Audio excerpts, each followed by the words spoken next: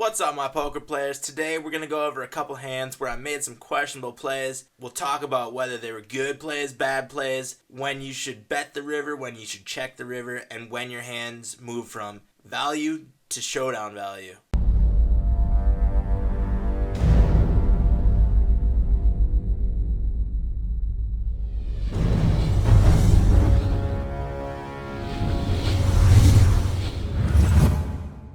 The first hand we're looking at is kings out of the small blind.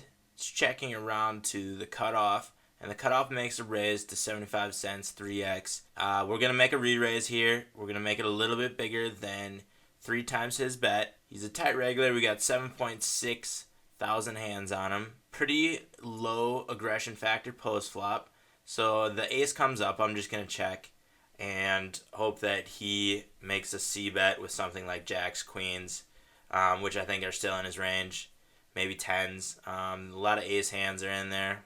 He bets, but then he checks the turn. So I'm going to try to get to the river for as cheap as possible. And I make a small river bet just to protect my hand. This is known as a blocker bet. It will prevent a lot of aces from betting the river themselves. And when you get raised, you know that you're beat from this type of regular player. I'll probably get value from hands like tens, jacks, queens that will make a play like that, have trouble folding on the river with, such a small bet and showdown value themselves. So I wind up losing the hand. He has ace-king. He didn't bet the turn, which threw me off because I thought ace-king would have definitely bet there. Any ace probably would have. I don't understand why he checked unless he wanted to get more value out of hands like jacks, queens, kings that I could have been playing. It's an interesting play. You can't put those type of plays past people on these low limit tables.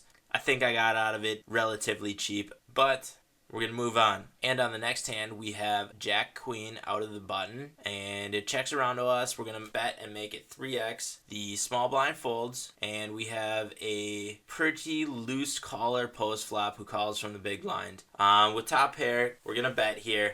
It's a pretty draw heavy board. We got a couple straight draws out there that this player could be playing with any 2 face cards. So we're going to bet and they make the call. 5 probably didn't help their hand at all. And with the high call numbers here and a lot of straight draws still, we're still going to bet. The only hands in his range that we're probably going to be losing to are pocket threes, ace queen, king queen. So we're going to be beating most of his range, so we're going to continue to bet throughout this hand. And we're going to check the river and with our showdown value, and we will win. There's a good chance he had something like ace jack, king jack, maybe even jack 9 suited. Maybe he had ace 10, king 10. Could add something like that. But we win the hand, and let's move on to the next one. Now we are 4-handed. We have pocket queens. We're in the cutoff. We're going to bet to 3x, 30 cents. And on the table next to it, we have ace king in middle position. We get called on the left table by the small blind, and we flop top set. Small pot. We have relatively large stacks. This is a loose caller post flop, so we're going to try to get as much value out of this as we can. And we're going to bet big. So 2/3 of the pot to start out. And we have one caller to our right, which is also a loose player. So we're going to make it 5x to play with ace king in position on this player. It's a good isolation bet. And we turn a full house against Monk Dunk Funk. Nice name. And we flop top pair, top kicker on the right table. He bets into us. I re-raise there. I could have called, there's no hands that are going to beat us. I could have bet smaller. I thought he was going to call my bet or my raise. So I made it a small raise. I could have just called. You can argue with me about that. If you think I played that one wrong, tell me down in the comments. And on the right, I check back the flop and bet the turn. Because he has a 50% fold on the flop, and there's not really any hands that would have drawn out on the flop, in my opinion. I put him on maybe 9s, jacks, queen, king queen, king jack, something like that. And he winds up having 8-7 suited, hitting 3 of a kind on the runner. He did have a straight draw on the flop. I could have bet the flop just to get a little bit more value. I probably would have lost more money in the hand throughout it, but you could argue with me about that one as well. I could have also checked back the river, but just the way that he played it, I did not put him on any hand that would have beat me on the river. The 8-7, I guess, would have been the only hand that he could have called with and hit, or because he was just calling with the 7 on the turn when I bet, he could have been just playing a 7, possibly, with a loose, fishy type player. That you can't put that out of his range either. So maybe I should have checked back the river. And now we're moving on to kings in the small blind. We have a raise from middle position and a call on the button. I make it 275, which is a little bit less than 4 times the original bet, and the original better folds. So I could see this player calling with $2 because the stacks are so big and you have a lot of implied odds when stacks are large like this.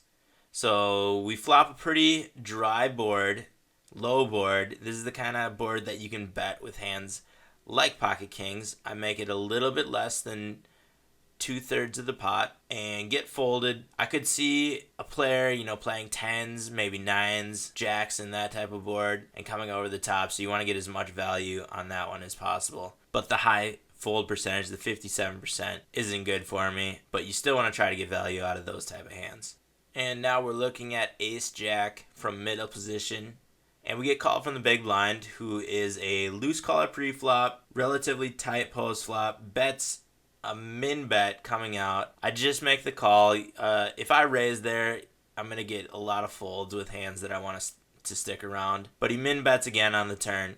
And my guess is he's probably on a flush draw. So I raise, and he makes a call, and then he bets the river. And he was on the flush draw, but he hit his 3 of a kind on the river, which is going to happen. I call with my showdown value with the ace, with the 2 pairs, jack kicker, aces and 8s. He just so happened to river the 3rd 8. And now we're looking at under the gun +2. We have pocket kings. We have a large stack. There's a couple big stacks on our table, so let's see if we can get in a good hand with one of these players. We get our early position raise, usually strong hands from early position regulars. So I'm going to make it 250 to go. I've been playing pretty loose on this table, so I might have a table image of a looser type player. Sorry about that. Little pop-up from the tournament going on.